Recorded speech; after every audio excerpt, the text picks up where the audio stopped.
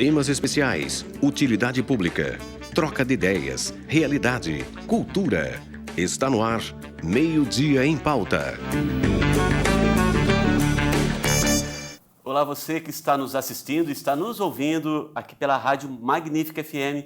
Muito boa tarde para você. Está começando o Meio-Dia em Pauta. E a nossa pauta de hoje, qual será, amigo Jair Nossa pauta é a Amazônia e o trabalho missionário, não é isso? Isso mesmo. Muito boa tarde para você, ouvinte da Magnífica, para você que está também nas redes sociais, no Facebook da Magnífica e também no www.magnificatfm.com.br, Alexandre. E temos também o aplicativo, né, Jair? Isso. O aplicativo da Rádio Magnífica. E só para comentar, amigo, estamos caminhando para termos um aplicativo bem interativo, cujas pessoas podem fazer os seus pedidos de orações, mandar um recadinho para a gente, como se fosse um WhatsApp dedicado à rádio. Ali também, se você quiser fazer uma doação para a rádio, você pode fazer tudo isso no aplicativo. Muito bem. Estamos interagindo com a plataforma um pouco melhor. E hoje o nosso programa é especialíssimo, né, Alexandre? Muito especial. Estamos aqui na NP Studios e gravando com o Padre Isaías. Exato, então, uma você alegria. que está aí do outro lado do rádio, você não vai poder participar, fazer aquela interatividade que a gente faz todo sábado. Exato, exatamente. Mas vamos aprender muito sobre o trabalho missionário, sobre a Amazônia. Com quem? Com o nosso amigo Padre Isaías Daniel. Nasceu em Analândia. Ele não nasceu em Analândia, não. Não nasceu em... Opa, peraí. Ele nasceu em Pirassununga. É. Terra boa também, E né? viveu em Analândia. Viveu em Analândia. Isso. Ele é presbítero, formado pela Diocese de Limeira. Foi vigário da paróquia Santa Terezinha, também da paróquia Santa Ana, né? Na Santa Ana ele foi pároco. Ele foi pároco, isso. E segue aí, Jair. Isso, ele agora Jair ele também Rabisco. foi reitor do Centro Vocacional, capelão da Santa Casa, quando esteve como vigário, né, como pároco da paróquia Santa Ana. De 2012 a 2018, ele esteve em missão na Diocese do Alto dos Solimões, no estado do Amazonas. Padre Isaías Daniel exerceu o sacerdócio também na cidade de São Paulo de Olivença, nas paróquias São Paulo Apóstolos e Santos Anjos, em Tabatinga. Isso por meio do projeto Missionário Sul 1, Norte 1. Então é um convênio aí. Sul 1, Norte 1, da Conferência Nacional dos Bispos do Brasil, a CNBB. E ele esteve lá então na região da Tríplice Fronteira, que é a região lá da Amazônia, do norte da Amazônia, Brasil, Colômbia e Peru. Uau. E agora ele está quase pároco, né? Nós estávamos conversando aí nos corredores. Ele é quase pároco da quase paróquia Santa Marta e Santa Paula. Olá, Padre Isaías, seja bem-vindo aqui no Meio-Dia em Pauta, seus cumprimentos iniciais, e é uma alegria recebê-lo aqui no Meio-Dia em Pauta. Bom dia para vocês que me acolhem aqui no estúdio. Bom dia para vocês que me ouvem através da Rádio Magnífica e me veem através das redes sociais. Então, uma alegria muito grande poder estar aqui em Limeira, essa cidade que eu admiro demais. Fui muito feliz no tempo que eu morei aqui. Também, se alguém me vê ou me ouve em Leme ou em Analândia, um grande abraço nessas cidades tão queridas por mim. Pirassununga. Quanto tempo o senhor ficou em Pirassununga, padre? Na verdade, eu nasci em Pirassununga. Só nasceu? Eu só fui usar a maternidade. É mesmo? Foi registrado lá, mas vocês não residiam lá? Foi registrado em Pirassununga e os meus pais moravam em um sítio, né, chamado Cachoeirinha, entre Analândia e Pirassununga. Ah, correto. E depois eu tive a graça de, no primeiro ano de sacerdócio, o Dom Augusto me enviou a Pirassununga. Eu precisava morar lá para contemplar um pouco a terra onde eu vi o sol nascer pela primeira vez, né? Então, em Pirassununga, eu trabalhei como padre, primeiro ano de sacerdócio, em 2006.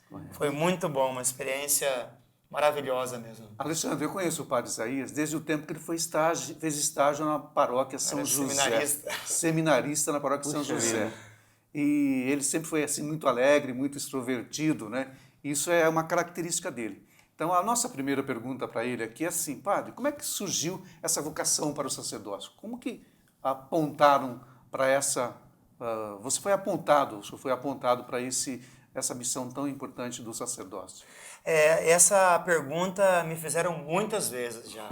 E eu gosto muito de respondê-la, embora não temos resposta para isso.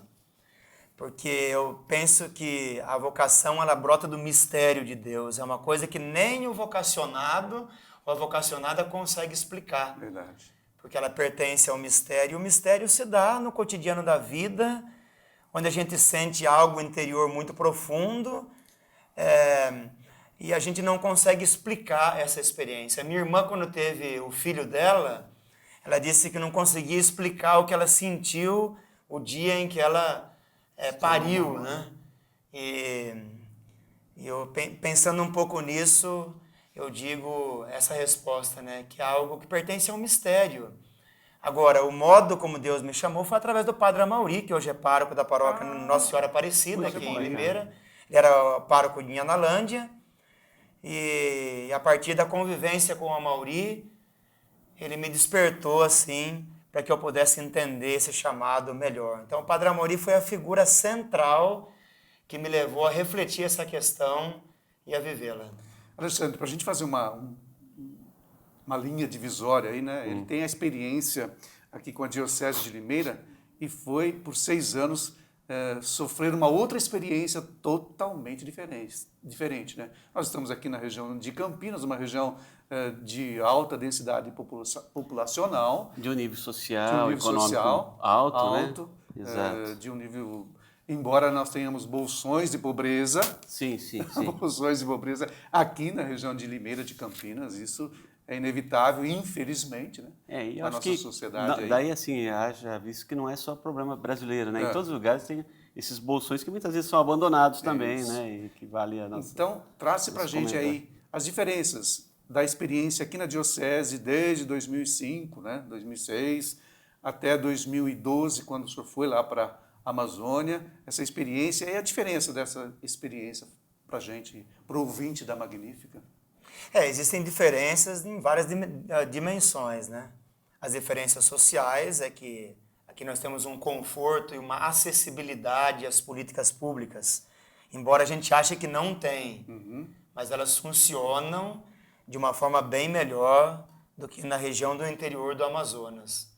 Então eu creio que a pobreza que eu encontrei naquela região do Alto Solimões é uma pobreza de acesso, não é aquela pobreza de passar fome, de outras ordens, mas uma pobreza na qual as pessoas têm muita dificuldade de ter acesso às políticas públicas, acesso ao conhecimento, acesso às redes digitais e à tecnologia. E essa questão influencia muito no desenvolvimento econômico. Então, nós vivemos aqui com uma acessibilidade e um conforto que naquela região onde nem rodovia tem, né? E não dá para falar nessa acessibilidade e pensar padronizado, como você pensa, o administrador público ele tem uma cidade, tem 2 cidades, tem 3 cidades, ele faz uns moldes, né? Que dá certo, se encaixa. Agora, a região amazônica ela tem características próprias, não dá para fazer a mesma forma de abordagem pública que é feita numa cidade, fazer na Amazônia. Não tem como, nessa dimensão...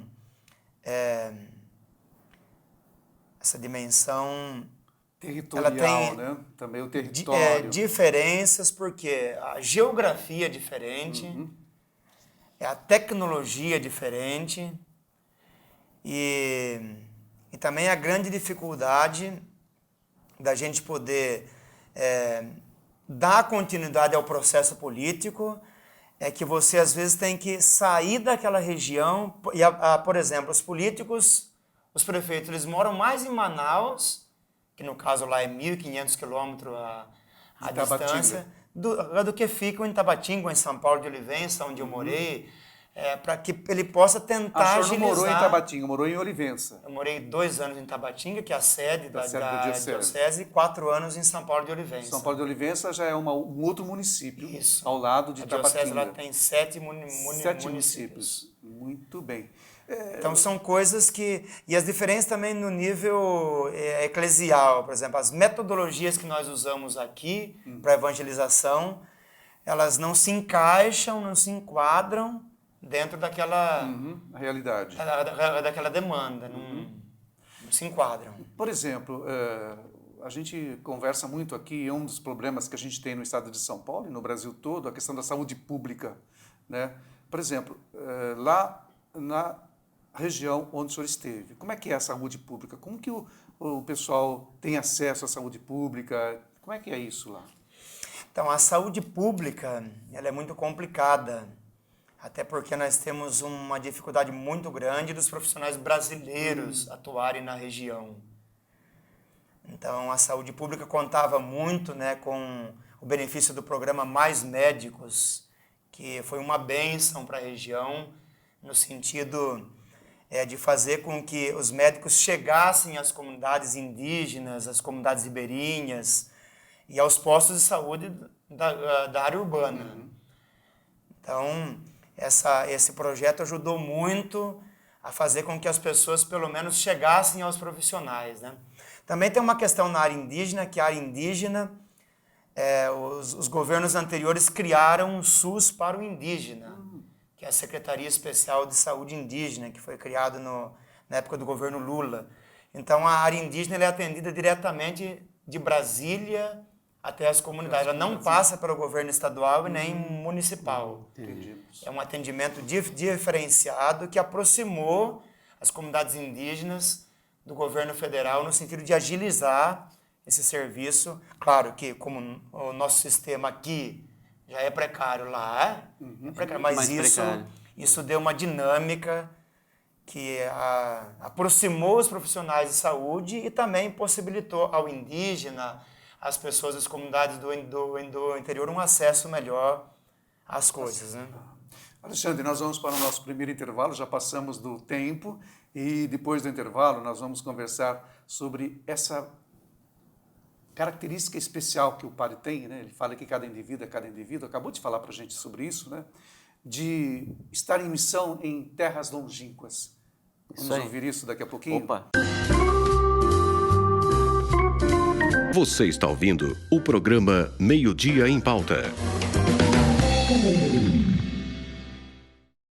Alô, você que está nos ouvindo e você também que está nos assistindo pelo facebook.com da Rádio Magnífica. Você está no Meio-Dia em Pauta e a nossa pauta de hoje é com o nosso convidado, Padre Isaías Daniel, Amazônia, terra de missão. Isso. E aí, missionário em terras longínquas. Todos nós somos missionários, não é isso? A gente pode ser missionário aqui. Sim, a rádio ela tem essa característica missionária de ir além, mas né? Essa ousadia de ir para a Amazônia, porque eu digo que é ousadia, né? Como surgiu isso, padre?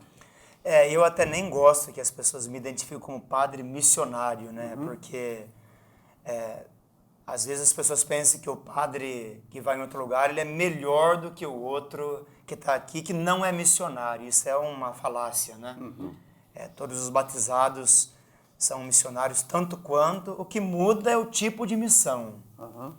E o que me motivou aí a fazer essa experiência foi que, desde antes de entrar para o seminário, me incomodava muito essa questão da falta de padres em alguns lugares. Inclusive, a minha cidade contava, às vezes, com padres que moravam fora e atendiam lá, como é o caso do padre Amauri, que morava em Pirassununga e atendia lá. Então, me incomodava. E o meu desejo de entrar para o seminário foi, se isso me incomoda, não tem padres na minha cidade, por que não eu, né, que sou um jovem? E esse incômodo foi no meu período de seminário, quando eu ouvia falar que algumas regiões do mundo e do Brasil tinham essa carência. Então, sempre um dia eu vou colaborar com essa realidade, né? E em 2010, conversei isso com o Dom Wilson. O Dom Wilson disse que em 2012 eu poderia partir e deveria entrar num projeto missionário amparado, legal, pela igreja, né? Aí entrei no projeto da CNBB, Sul 1, Norte 1, da Conferência dos Bispos do Brasil, e em 2012, como me foi prometido, eu realmente fui enviado pela Conferência dos Bispos lá para o Alto Solimões. Uma alegria bastante grande. Alto de Solimões. Alto Solimões. Solimões. Sem dor. Sem dor. Sabe Alto que sendo como leigo, mas só dando uma pitada, assim, sempre comento em casa que tanto a medicina, que é uma profissão nobre que tem carência, e como o religioso, a gente fala da nossa realidade enquanto católicos, né? Eu falava, puxa vida, todo recém-formado, tanto na área médica, que nós temos deficiência, né? Como na área da religião, né? Deveria ter um estágio dessas missões em lugares que realmente faltam essa mão de obra, né? Tanto religiosa como médica e outras pendências que nós temos no Brasil. Acho que a gente cobriria uma demanda e também eu acredito que a vida de missão ela te causa um impacto positivo, né? Você valorizar algumas coisas, né? A gente que é urbano, principalmente, né? É um outro olhar sobre a vida. Eu sempre admirei muito os missionários além fronteiras, que são essas pessoas que vão longe, né? E dedicam a sua vida. Eu sempre admirei muito, eu sou bem fã desse povo aí. E eu creio que isso acrescenta a vida no sentido humano, no sentido de encontrar com outra cultura. O Papa Francisco ele fala muito, né, que a missão é o encontro. E quando você se encontra com outra cultura, a vida toma um dinamismo que você nunca mais vai ser o mesmo, né? É fantástico esse dinamismo.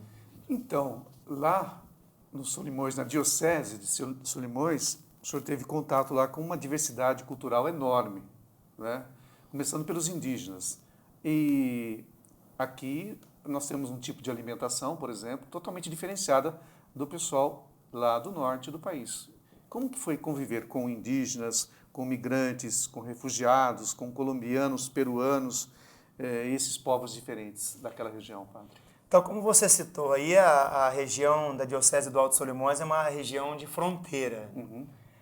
E quando eu fui enviado para lá pela CNBB, o pessoal da CNBB me disse que nunca tinha ido um missionário nosso nessa diocese, do projeto nessa diocese.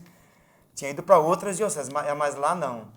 Então, quando eu cheguei lá, parecia um negócio meio doido. Eu demorei, assim, pelo menos alguns anos para entender o que estava acontecendo. Que como eu cheguei e fui morar na sede, que era em Tabatinga, fui morar com o pároco da catedral, e na fronteira ali, logo que eu cheguei, tinha 400 haitianos na praça da catedral. Nossa. Que era o período da migração haitiana. Sim, sim. E ali eles entravam, né, no Brasil. Então, uma mistura de haitianos, colombianos, peruanos, indígenas, os brasileiros, os militares, porque é uma região de muito militar, e muitos migrantes que vão trabalhar nas funções governamentais, governo federal, governo estadual. Então, é uma mistura louca de gente que você não consegue se situar, a não ser que você tenha um longo prazo de convivência para poder entender o que está acontecendo. Então, é uma experiência fascinante de uma multicultural, multifacetária, né? E de línguas muito diferentes. Então, dessas experiências, desse contato com esses povos todos, né, nesses 6 anos, o que mais marcou o padre? O contato com o indígena, o contato com... Porque ali, Tabatinga, se eu não me engano, ela está próxima ao Peru ou à Colômbia? Tabatinga, as duas. Ela faz vida com Santa Rosa no Peru e com Letícia na Colômbia. Você veja que experiência é bem fenomenal. Se né? você está no meio peruanos, do Rio Solimões, indígenas... no meio do Rio Solimões, então você aqui é o Peru, ali é a Colômbia, atrás é o Brasil. É um negócio bonito mesmo, né? Quais dessas culturas, então, mais marcou o padre? Então, o que mais marcou, é claro, que é o charme da região, que é o indígena, a cultura indígena. E, sobretudo, a cultura ticuna, porque o ticuna é a maior etnia do Brasil. São aproximadamente 60 mil ticunas, né? Ticunas. E o ticuna reside naquela região, ele é só dali. Tem ticunas em Manaus, mas porque migrou, né? Migrou. Devido aos estudos, aos cuidados de saúde. Mas a cultura ticuna marcou muito pela docilidade. O ticuna é muito dócil. Quando ele gosta de você e confia em você, ele tem paixão por você mesmo. Então, o ticuna é uma expressão muito visível naquela diocese e marca demais, até porque foi com essa etnia, embora lá existem quase 13 etnias. Eu digo quase porque nunca dá para delimitar isso, porque tem grupos indígenas na região que nunca tiveram contato com branco. Então, a FUNAI classifica que existe por causa do satélite, que percebe uma movimentação na floresta, mas então é difícil dizer, e algumas culturas estão se extinguindo, né? Algumas etnias. Então, por isso que fala-se que aproximadamente 13 etnias lá. Tá. E como que é esse processo de evangelização, de trabalho com esses indígenas? Não há uma imposição para eles, né? Pelo menos o que eu entendi do padre, ele falando, né, que tem que ter um critério muito grande, uma experiência totalmente diferenciada lá da igreja. Como que é o contato e como que é a evangelização desse pessoal? Ocorre naturalmente? Como que é isso, padre?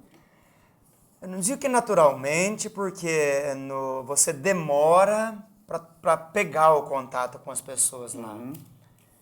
Porque a cultura exige isso, né? Tanto que eu cheguei lá, o Dom Ocimar, que era o bispo na época, ele falou assim para mim, você fica 1 ano olhando. Eu falei, 1 ano olhando? Paulista, que costuma chegar ao final do dia, ele conta tudo o que ele fez para ficar feliz. E como é que é olhando, né? E daí ele pediu para ficar olhando. Então o primeiro ano foi um olhar mesmo e a sabedoria do Dom Ocimar, que nasceu naquela região ali, que me deu esse conselho.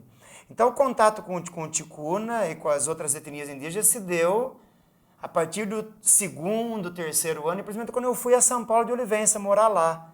Porque lá é que eu tive contato, porque a paróquia tinha 50 comunidades, digo aí que umas 25 eram ticunas. Então foi ali que esse contato começou. Então você chega à comunidade, nas mais longínquas é uma vez por ano, o pessoal fala outra língua, você se comunica pouco. Então é lento, um processo bem lento de aproximação, e primeiro para ganhar a confiança deles, porque foi um povo muito explorado, né? A história maltratou demais o indígena. Intervalo, Alexandre. Intervalo, a gente já volta. Você está ouvindo o programa Meio-Dia em Pauta. Voltamos com o Meio-Dia em Pauta, e a nossa pauta, como eu já disse, é Amazônia, terra de missão, com o nosso querido padre Isaías Daniel. E a nossa conversa pauta agora pela vocação e pelo trabalho de despertar a vocação, padre Isaías. E aí, Nossa, como foi? Aliás, o Sínodo da Amazônia vai tratar sobre isso, essa questão. Vamos conversar sobre isso. Sobre essa questão de despertar pessoas para o trabalho missionário, para o trabalho de evangelização na região amazônica, que, na verdade, não é só a região da amazônica brasileira, mas também dos 9 países da região amazônica, que envolve 30 milhões de habitantes, se eu não me engano, mais ou menos isso, né? Mas, padre Isaías, o senhor foi lá, chegou lá na Amazônia, chegou lá para fazer algo que o senhor estava pensando que era totalmente diferente, na verdade, o senhor foi trabalhar com vocações. E aí, como despertar vocações num ambiente de tanta diversidade assim? Para mim foi uma surpresa, porque eu achei que naquela região a única coisa que eu não ia fazer era cuidar do seminário.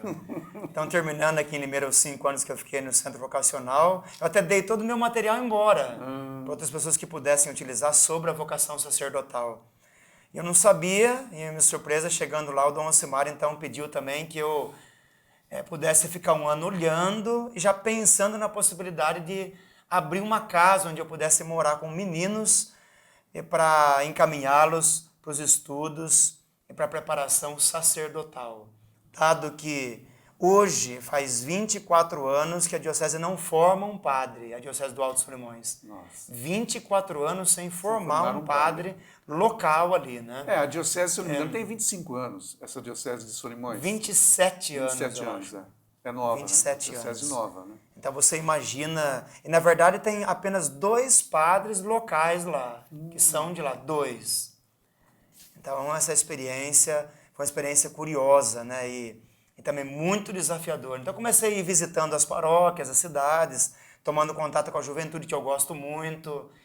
E em 2013, então conseguimos abrir uma casa, fomos morar na casa paroquial de São Paulo de Olivença, aliás, em 2014, onde eu então levei 2 meninos para morar junto que diziam que queriam ser padres, né?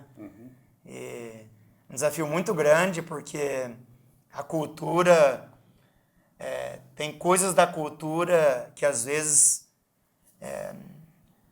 tem muita dificuldade em entender esse processo da vida sacerdotal. Não por limitação intelectual, mas que é próprio da cultura mesmo. Mas será que não é a forma, talvez, né, e quase com certeza, é a forma da abordagem, por causa dessa variação cultural, que o padrão, seminário, tudo, é um padrão europeu, né? Padrão europeu. Você vai lá para o Alto dos Solimões, para você, sem querer impor, como a gente vê nos livros de histórias hoje, com a consciência que nós temos, mas A forma de abordar e tratar a vocação realmente é um grande desafio, né, padre?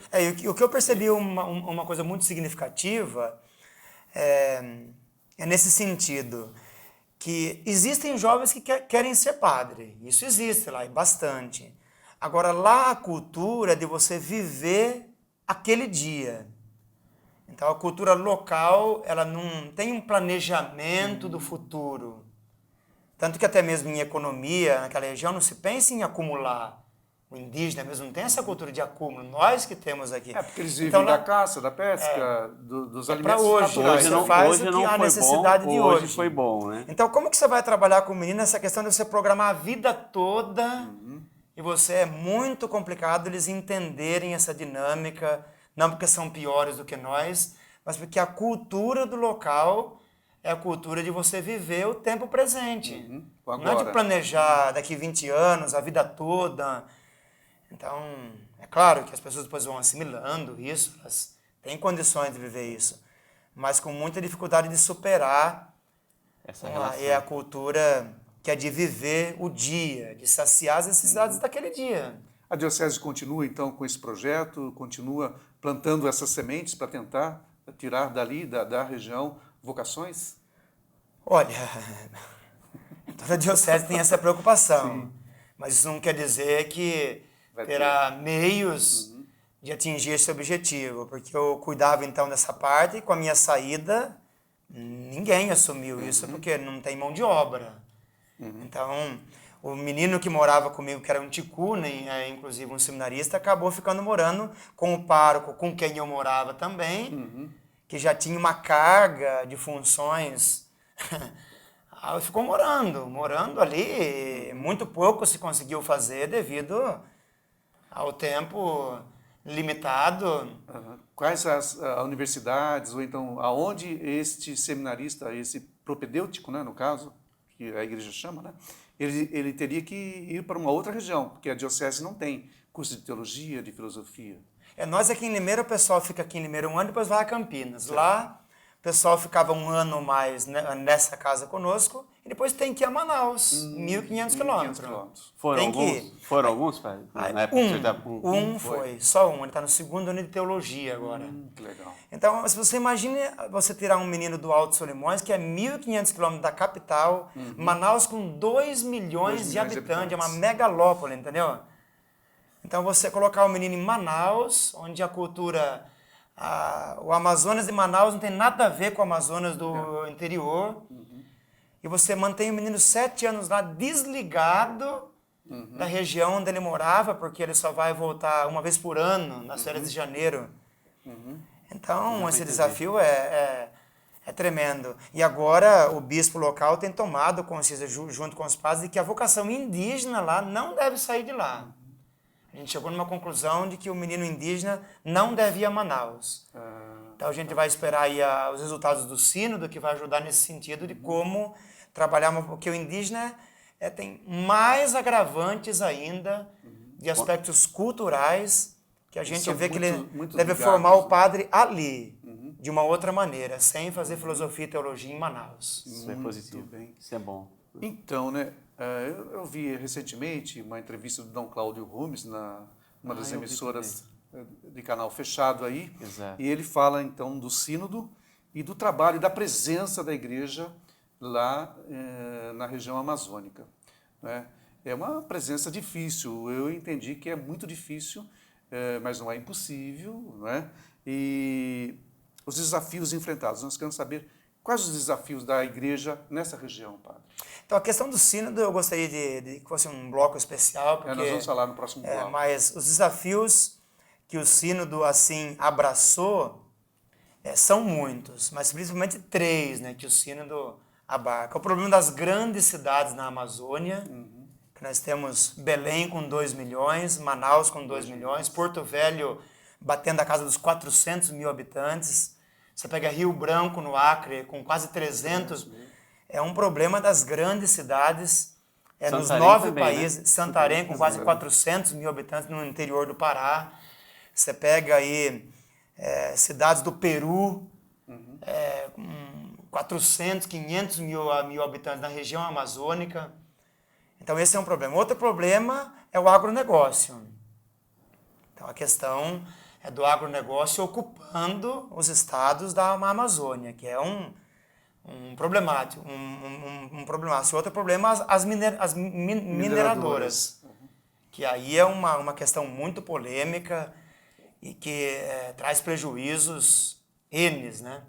Então esses desafios são os 3 que pautam o sínodo, além de outros agravantes na realidade social e religiosa, o problema ambiental, né, que é... Muito bem, nós vamos falar então no outro bloco sobre isso, Alexandre. Sínodo da Amazônia, isso mesmo. Fique com a gente então, já voltamos daqui a pouquinho com mais um bloco do programa de hoje, Meio Dia em Pauta, com o Padre Isaías Daniel. Você está ouvindo o programa Meio Dia em Pauta. Voltamos com o Meio Dia em Pauta e agora chegamos ao ponto alto do nosso programa de hoje, que a gente queria conversar um pouquinho com o Padre Isaías, que acreditando que ele possa nos iluminar, né? E a você que também está nos assistindo e ouvindo pelo 103,5 da Magnífica, o Sínodo da Amazônia. É um prazer muito grande falar desse assunto aqui, esse assunto que brota de uma inspiração profunda do Papa Francisco. Esse Papa, aliás, é maravilhoso, né? Laudato si. Como ele tem sensibilidade de poder se aproximar dos pobres, marginalizados, dessa cultura que vem das minorias. Ele é realmente um homem do Evangelho. Se a gente é analfabeto e quiser ler o Evangelho de Jesus, escute os discursos do Papa Francisco. E o Sínodo da Amazônia é um presente que o Francisco dá para a Igreja dos 9 países da Panamazônica. Então, sínodo especial é um sínodo especial, específico, então especial porque é específico para a Amazônia, vai acontecer agora no mês de outubro, de 6 a 27 de outubro. E qual é o significado para a Igreja que está lá presente, tanto na Amazônia Legal brasileira, quanto também na Amazônia, da região amazônica, dos 9 países da região amazônica? Qual é o significado desse sínodo? A palavra sínodo já traz uma inspiração, que é caminhar juntos, né? É caminhar juntos.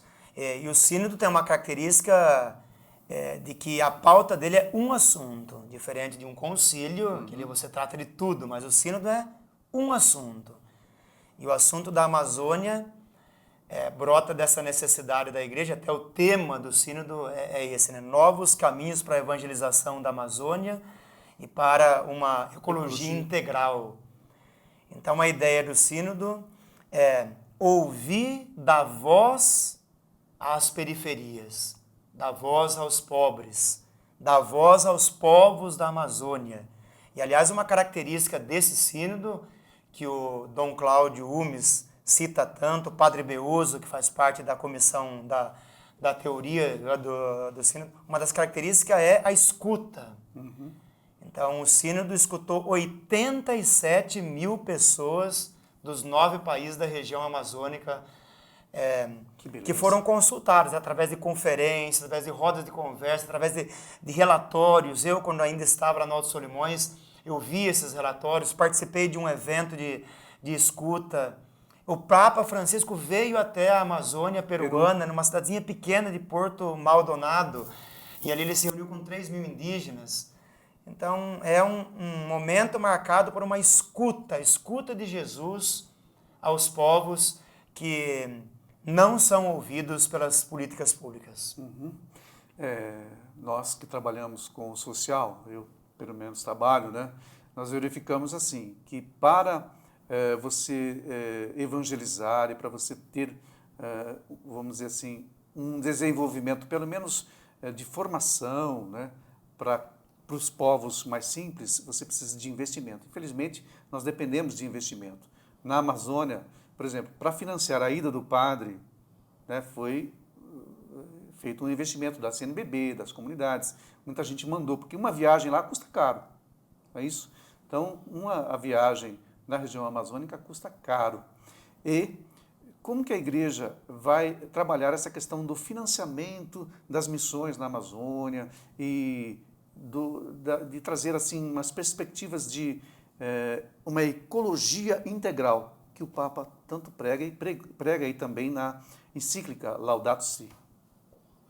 A questão econômica ela é muito complicada. Aliás, no período do sínodo vai estar acontecendo o mês missionário extraordinário, que é também outra inspiração do Papa, né?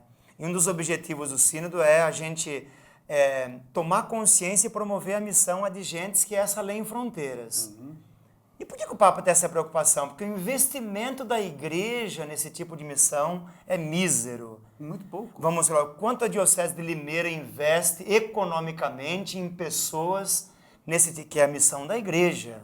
É a missão da igreja. E sempre foi responsabilidade vocação da nossa. igreja, desde o surgimento, Entendeu? ser missionário. Quantos reais a paróquia onde eu estou investe na missão adigente? É missão, a tua paróquia, a tua. Quanto que a gente investe?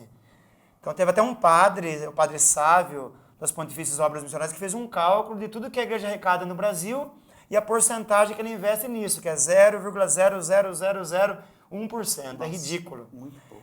Então a gente vê que a preocupação é que a igreja também ela canalize um pouco dos seus recursos para esse tipo de evangelização, até para a gente não entrar na onda desse mundo que se aproveita de tudo para viver uma economia desregrada, né? Uma economia mais do acúmulo, que depois influencia na questão ambiental, onde a gente extrai, onde a gente explora, onde a gente vê o meio ambiente mais como um mecanismo para atingir um fim financeiro do que um templo da criação divina. Então essa questão pega toda a questão ambiental também, o econômico e o ambiental caminham juntos, por isso que o sínodo trata disso também.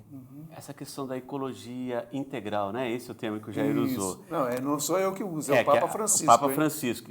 Eu Laudato acredito, Si. pensando como o Francisco tem feito, ele pensa integral mesmo, porque o que eu faço aqui, esse tecido que está aqui, ele impacta lá naqueles povos, né? Esse, com mais outros, né?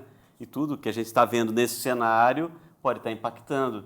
Como eu cuido disso, Como eu me alimento. Como eu me alimento.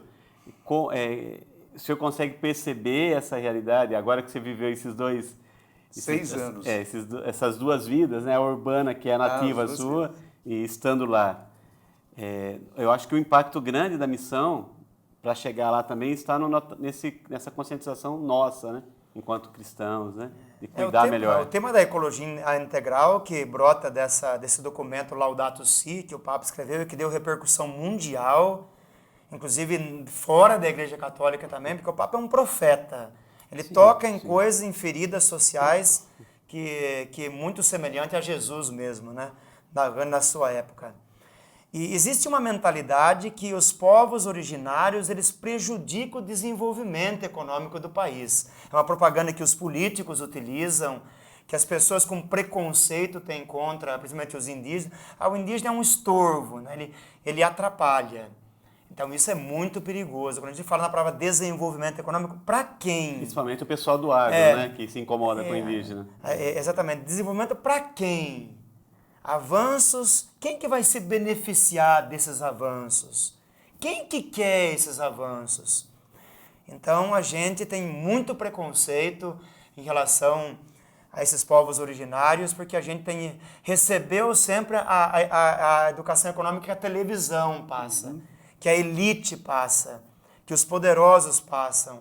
E aí a gente cultiva essas ideias sem entender o que realmente está na base.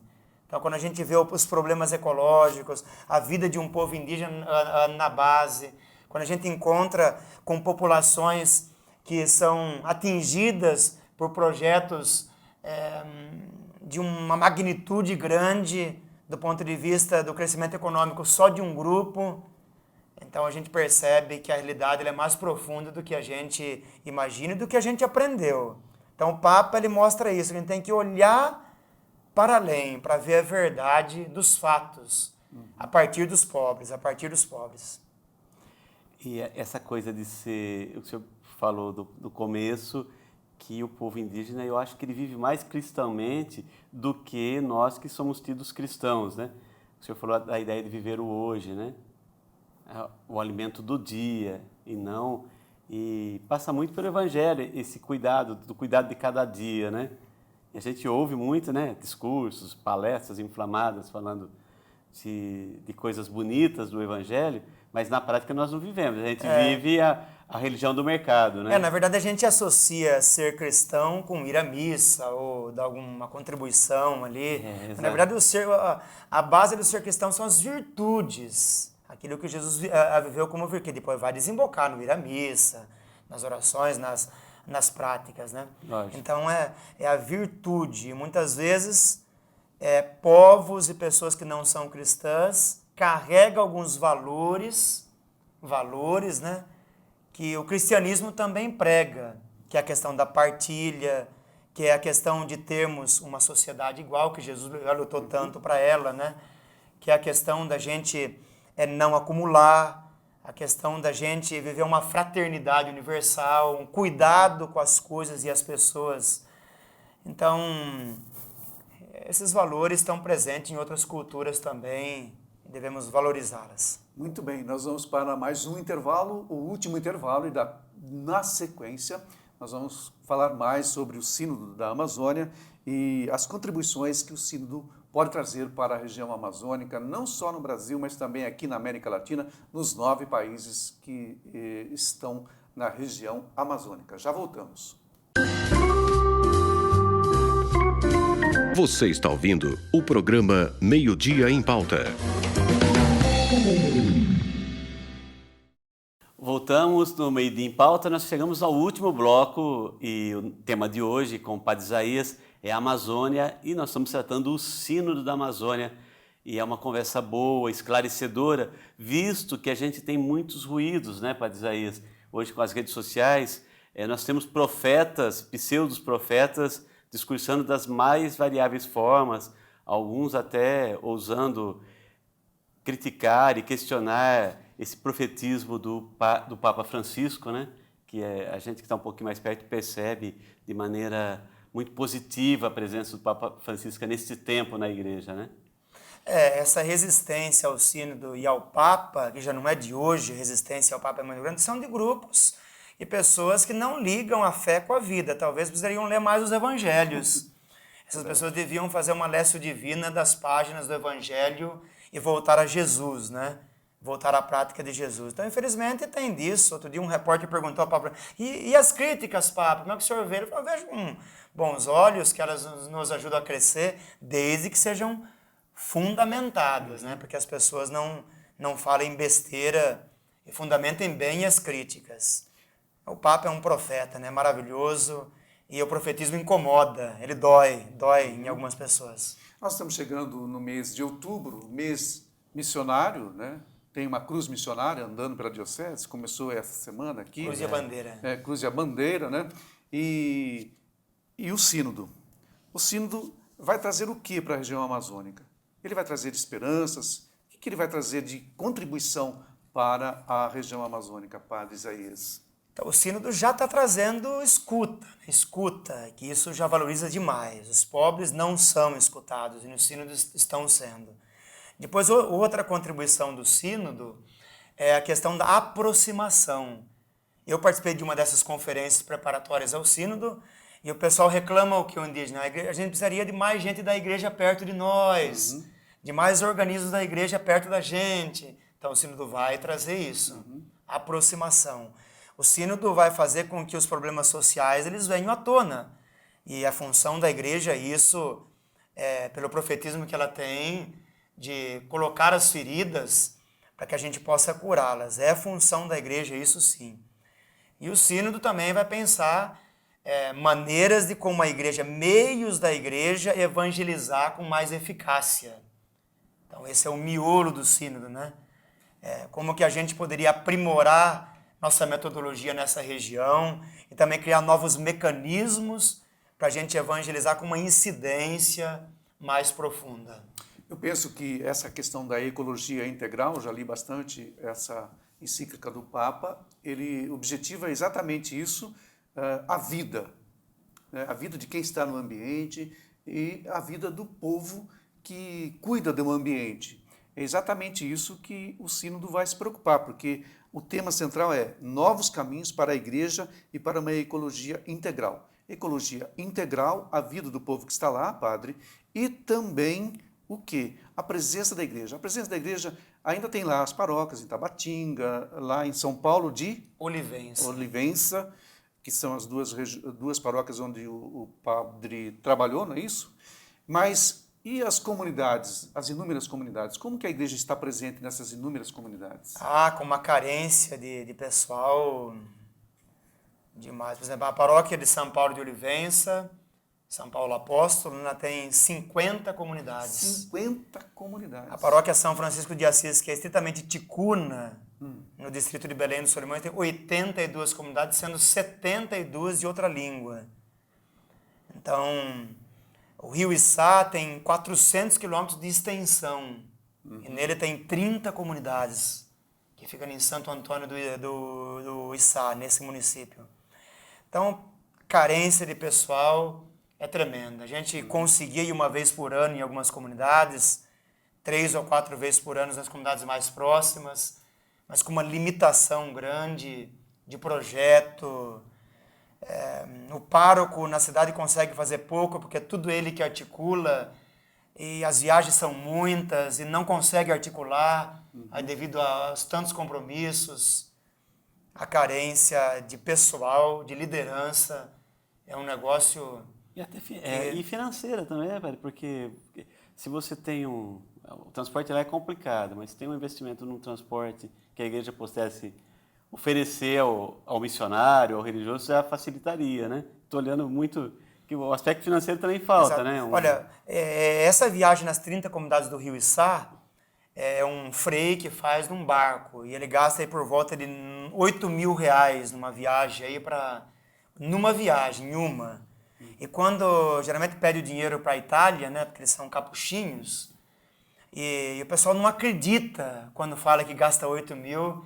Então ele chamou alguém da Itália e foi na bomba de gasolina ali para ver, colocando, e o preço quase R$6 um litro de gasolina, né? Então, o pessoal não acredita. Você pede, o pessoal acha que você está enganando, tá? Uma doação aqui de alguém de Limeira para mim de R$1.000, eu gasto com uma viagem. Uma viagem eu gasto esse dinheiro. Para ver o bispo na sede eu gastava R$450. Então, o investimento para conversar com o bispo. O investimento é alto. Imagine a pastoral ordinária, muito caro. Muito bem, nós estamos falando dos problemas, Alexandre. Eu estive lá, dancei com os povos indígenas. Ele fez uma distinção, ele faz uma distinção para o nosso espectador, para o nosso ouvinte, entre comunidades ribeirinhas e comunidades indígenas. Quando a gente fala de ribeirinho, é o pessoal que mora na beira dos rios da Amazônia e não é indígena. Então é caracterizado pelo governo federal como povos ribeirinhos. Gente não indígena, os caboclos ali da beira do rio. E a comunidade indígena, que é o povo mais aldeado, que tem uma cultura diferente do não indígena ribeirinho, então é classificado como comunidades indígenas. Correto. Então, que tem a sua cultura própria, a sua língua, as suas festas culturais, o seu jeito de ser. Então nós vamos para o lado lúdico do nosso papo, para a gente encerrar o Meio Dia em Pauta de hoje. O senhor dançou lá com os indígenas, padre? Olha, eu sou meio duro, né? Eu sou uma tábua, mas tive que dançar. Ou dança ou dança, porque as danças não são muito complexas e se você for convidado, porque na cultura indígena tudo tem parte de convite, né? Você não pode ir entrando numa aldeia. Eles pegam a gente pelo braço e vem cá. Exatamente, Então tive que dar uma balançada no esqueleto lá, assim, em algumas ocasiões, meio timidamente. Aprendeu alguma palavra indígena? Aprendi uma meia dúzia, porque a língua ticuna é bem difícil, por exemplo, o cumprimento é nomai. Nomai. Nomai. Entendeu? Então, Deus é Tupana. Deus, Tupana. Jesus, Nhechuchu. Nhechuchu. Que legal. Então, agora, quando você vai criar as frases, aí é bastante complicado, porque é uma língua muito parecida com, assim, a língua asiática, meio chinês, assim. Se o senhor fosse convocado pelo CNBB, pela diocese, o senhor voltaria? Na verdade, eu não queria voltar, né? Voltei porque havia um contrato que o Dom Wilson assinou junto com a CNBB e a Diocese do Alto Solimões, e o Dom Wilson achou que não deveríamos continuar para que eu não perdesse os vínculos aqui. Então foi mais por vontade do Dom Wilson a volta. Eu quero retornar para lá. Então vou retornar, tenho convicção disso. O nosso Regional Sul 1, que é o estado de São Paulo da CNBB, tem uma missão na África também, que nós patrocinamos com o nosso dinheiro aqui. Então, ou para a África, lá na Diocese de Pemba, ou para alguma diocese do Norte 1, que é Amazonas e Roraima, tenho convicção de que O senhor está disponível. eu estou disponível. O pessoal do projeto me pega bastante no pé. Eu acabei de chegar no Seminário de Campinas agora, e por prudência e juízo, devo ficar aí uns 5 anos ou 6 anos para dar uma contribuição ao seminário, que acho que é injusto sair antes, né, devido à demanda do seminário. Mas vindo o novo bispo, já vou começar a conversar com ele sobre essa possibilidade de uma volta à missão Adigentes, Além Fronteiras. Alexandre, e agora? Muito bom. O que você achou do nosso convidado? Excelente. A gente podia fazer uma versão 2 depois. Olha, Pós-sino. gosta demais. Se for para falar de assunto bom Mas tem que desse, ser ao vivo eu da volto, próxima né? vez. A próxima vez a gente faz ao vivo. O senhor dá um Vamos jeito de fazer ao vir vivo. no sábado. Para quem Então, está nos ouvindo, a gente fez o programa quem gravado. sabe trazer hoje. uma pessoa de lá para participar. De vez em quando aparece alguém de lá aqui. Isso. Não, tá, o programa, não só o programa, toda a Rádio rádio. Magnífica está totalmente à disposição do senhor. E para as causas missionárias tem Também. preferência. A gente para tudo, né? Muito A gente bem. para tudo para atender. Suas considerações finais, então, padre. Minha consideração final é que a gente viva os propósitos do mês extraordinário missionário, que são 2, né? Conhecer e fomentar a missão fora, adigentes, em locais desafiadores, e a gente tornar as estruturas, as pastorais, os movimentos da igreja local para que viva uma mentalidade, um espírito de igreja em saída. Esses são os objetivos do mês de outubro. Então eu gostaria que as comunidades vivessem intensamente isso e que ouvissem as inspirações do Papa Francisco, que é um profeta da igreja atual, que é o homem do evangelho, que é a figura mais significativa da nossa religião nesse contexto atual. Então deixo isso como mensagem, se alguém puder um dia fazer uma experiência breve ou longa numa região desse patamar, né? Numa região missionária por excelência, que o faça. Vale a pena mesmo. Alexandre, até o próximo sábado. Até o próximo sábado. A gente vai estar com o vereador Vaguinho da no Santa próximo Luzia, sábado. né? Isso. Aí. Um grande abraço, fique com Deus e até o próximo sábado, se Ele permitir. Grande abraço, Deus abençoe. Amém.